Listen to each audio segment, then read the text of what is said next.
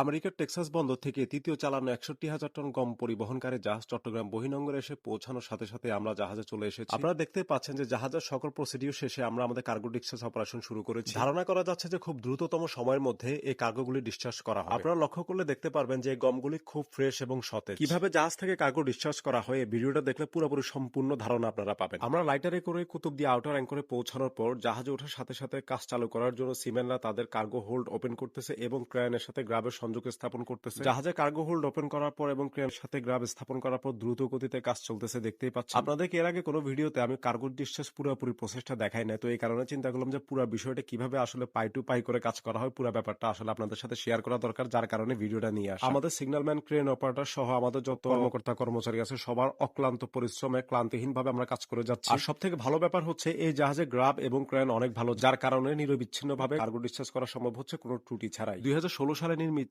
এই জাহাজের cargo capacity প্রায় 63,000 টন প্লাস। এটি একটি সিঙ্গাপুর পতাকাবাহী জাহাজ। এই জাহাজের এক একটা কার্গো হোল্ড যেন এক একটা আন্তর্জাতিক ফুটবল খেলার মাঠের সমান। আর প্রত্যেকটা কার্গো হোল্ডে 12 থেকে 14,000 টন পর্যন্ত কার্গো ক্যাপাসিটি ধারণ ক্ষমতা থাকে। 656 ফুট দৈর্ঘ্যে সিঙ্গাপুর পতাকাবাহী এই বিশাল জাহাজটি উচ্চতা যদি আপনি হিসাব করেন টপ টু বটম একটি 20 তলা বিল্ডিং এর সমান। এরকম একটা জাহাজে কাজ করতে পেরে আমরা আসলে সবাই আনন্দিত। আর সব থেকে বড় কথা হচ্ছে ফুডের জাহাজে আমরা এমনি অনেক হ্যাপি থাকি, কারণ ফুডের জাহাজে কাজ করার এক্সপিরিয়েন্সটাই অন্য জাহাজ থেকে অনেক আলাদা হয়। ব্যাপারটা বলতে পারেন একটা উৎসব মুখর পরিবেশ। আর এতগুলো পয়েন্ট বলার সময় একটা ইম্পর্টেন্ট পয়েন্ট মিস করে গেছি, সেটা হচ্ছে গ্রাব। জাহাজে গ্রাব হচ্ছে সব থেকে ইম্পর্টেন্ট ইকুইপমেন্ট। তার কারণ হচ্ছে গ্রাব ছাড়া কোনোভাবে আসলে জাহাজে কার্গো ডিসচার্জ করা সম্ভব না। হ্যাঁ সম্ভব, তবে সেটা পোর্টের বাহিরে বহির্নোঙরে কখনোই গ্রাব ছাড়া ডিসচার্জ করা কার্গো সম্ভব হয় না। আর আমাদের জাহাজ আছে গিভেন গ্রাব। এই গিভেন গ্রাবের ক্যাপাসিটি অ্যারাউন্ড 15 থেকে 20 টন প্লাস, ঠিক আছে, তবে অ্যারাউন্ড 8 থেকে 9, 10 টন 12 টন পর্যন্ত কার্গো সে ইজিলি তুলতে পারে। আর যেহেতু আমাদের জাহাজে কার্গোটা হচ্ছে গম কিন্তু হালকা এবং ফুলা মাল, যার কারণে দেখা গেছে 9 ton, 10 ton, 12 ton, sometime 15 ton পর্যন্ত উঠে। হ্যাঁ, এটা আসলে কার্গোর উপর ডিপেন্ডেবল, কার্গো কোয়ালিটি এবং কোয়ান্টিটির উপর ডিপেন্ডেবল। যাই হোক, গ্রাব নিয়ে আমি বিস্তারিত অনেক কথা আগেও বলছি, ঠিক আছে। তো